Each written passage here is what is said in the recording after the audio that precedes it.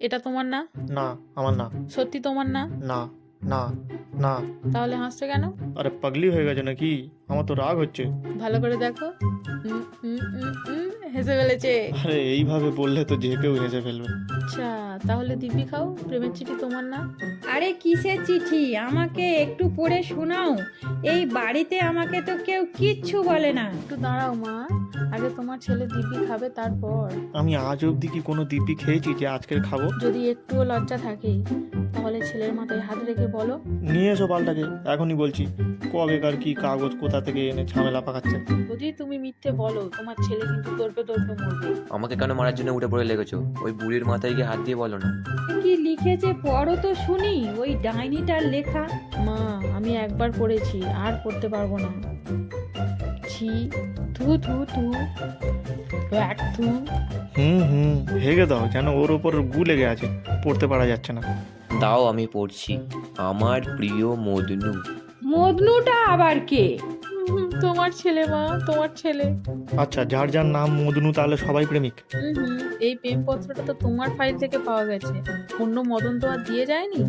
আচ্ছা আচ্ছা, আমার জামা কাপড়গুলো নোংরা সেগুলো দেখতে পাও না, বাকি সব দেখতে পাও তুমি? আমি কেন দেখতে যাব? তোমার জিএফ কে গিয়ে বলো। আচ্ছা আমি পড়বো কি পড়বো না তোমরা আগে মারপিট করো না। আমার কিন্তু মাথা গরম হয়ে যাচ্ছে। দূর আমি পড়বোই না। না না বাবু, তুমি পড়ো তো, রাগ করতে নেই। আগে তো জানতে হবে কি আছে ওতে। আমার প্রিয় মদনু, আমরা কিসমিসের স্বাদ নিয়েছি, বহু বছর কেটে গেছে। আমরা কিসমিস মানে আবার কি? চুমু খাওয়া মা, চুমু খাওয়া। আমরা কিসমিস মানে চুমুর স্বাদ নিয়েছি, বহু বছর কেটে গেছে। খুব মনে পড়ে সেই দিনের কথা, যখন আমরা দুজন একটা ঘরের ভিতরে বন্ধ ছিলাম আর চাবি পড়ে গিয়েছিল গুয়ের মধ্যে। তখন আমরা একসঙ্গে গান গাইছিলাম। ওই রাতের নেশা এখনও যায়নি। ওই ডাইনিকে বিয়ে করে তোমার আমার সম্পর্ক শেষ হয়ে গেছে, কিন্তু তোমার আমার সম্পর্ক সারা জীবন চলতে থাকবে। সারা সারা সারা 5 বার সারা জীবন। তুমি কি ওর জন্য বাসন মাজো সেটাও আমাকে জানিও। শুনলে তো, তোমার ছেলে ওর জন্য বাসন মাজতো। আমি তো ভাবতেই পারছি না। আর কি লিখেছে রে? তোমার সব জানতে হবে, নাহলে হাগা হবে না। খালি আর কি আর কি জানার জন্য যেন উঠে পড়ে লেগেছে। আর শুনেছি তোমার একটা ছেলে হয়েছে, কি নাম রেখেছো আমাকে জানিও। ইতি তোমার চম্পা, হরফে চম্কাকুলি। মা শুনলে তো, তোমার শান্তি হয়েছে? তার মানে মোতে হওয়ার আগের গল্প, তার মানে 10 বছর আগের প্রেম। কে চম্পা?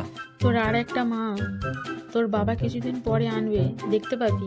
আরে বাহ, তাহলে তো হেভি হবে। আরে কে এই চম্পা? কোথা থেকে এলো এই চিঠি? আমি কোনো চম্পা নামে কাউকে চিনি না। আরে সমস্যা কি আছে? নতুন মা আসলে তো ভালোই হবে।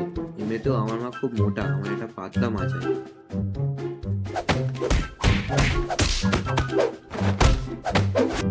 দেখলে তো বাবা, আমি এই জন্যই বলছিলাম নতুন মা আনার কথা। এ বড্ড ধরে মারে।